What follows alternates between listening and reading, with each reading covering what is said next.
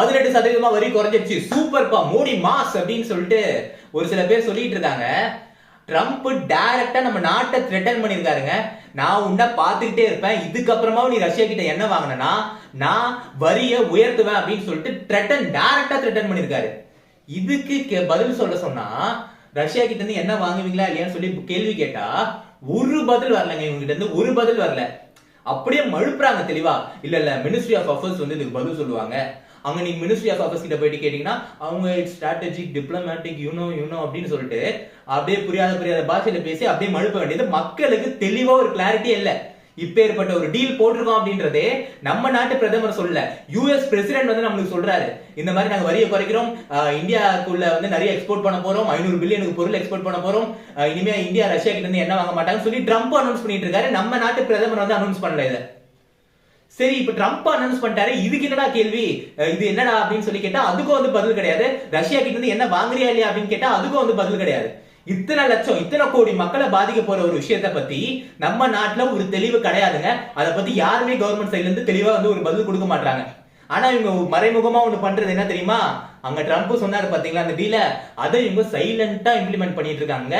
சைலண்டா என்னன்னா இங்க வந்து அதோட நெகட்டிவ்ஸை மட்டும் வந்து காட்டாம அதனால என்னென்ன பெனிஃபிட்ஸ், இப்போ ஒரு சில பொருட்கள்லாம் வந்து யூஎஸ்ல வந்து 0% டாரிஃபாங்க, அதை மட்டும் போட்டு சூப்பர் அமெரிக்கா கிரேட் டீல் அப்படின்னு சொல்லி போட்டு காமிச்சு நம்மள இங்க வந்து ஏமாத்திட்டு இருக்காங்க.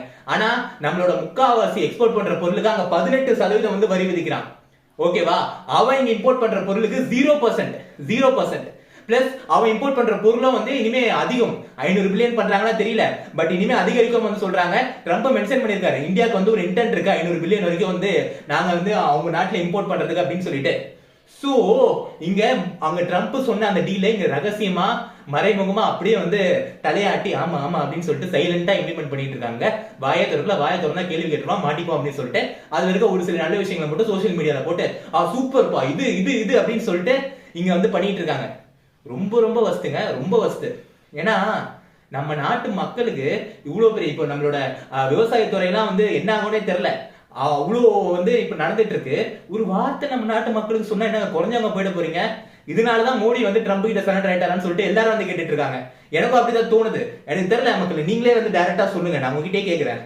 ஒரு வார்த்தை சொல்லுங்கன்னா இந்த மாதிரி இவ்வளவு பெரிய டீல் நீங்க போடுறீங்களே அப்படின்னு சொல்லிட்டு, ஏன் அந்த யூரோப்பிய யூனியன்ல போட்ட டீலுக்கு அவ்வளவு தெளிவா எக்ஸ்பிளனேஷன் கொடுத்தீங்க, அதே மாதிரி இந்த டீலுக்கு ஒரு எக்ஸ்பிளனேஷன் கொடுங்களேன். அதுதான் வந்து மக்கள் உங்ககிட்ட இருந்து கேக்குறாங்க.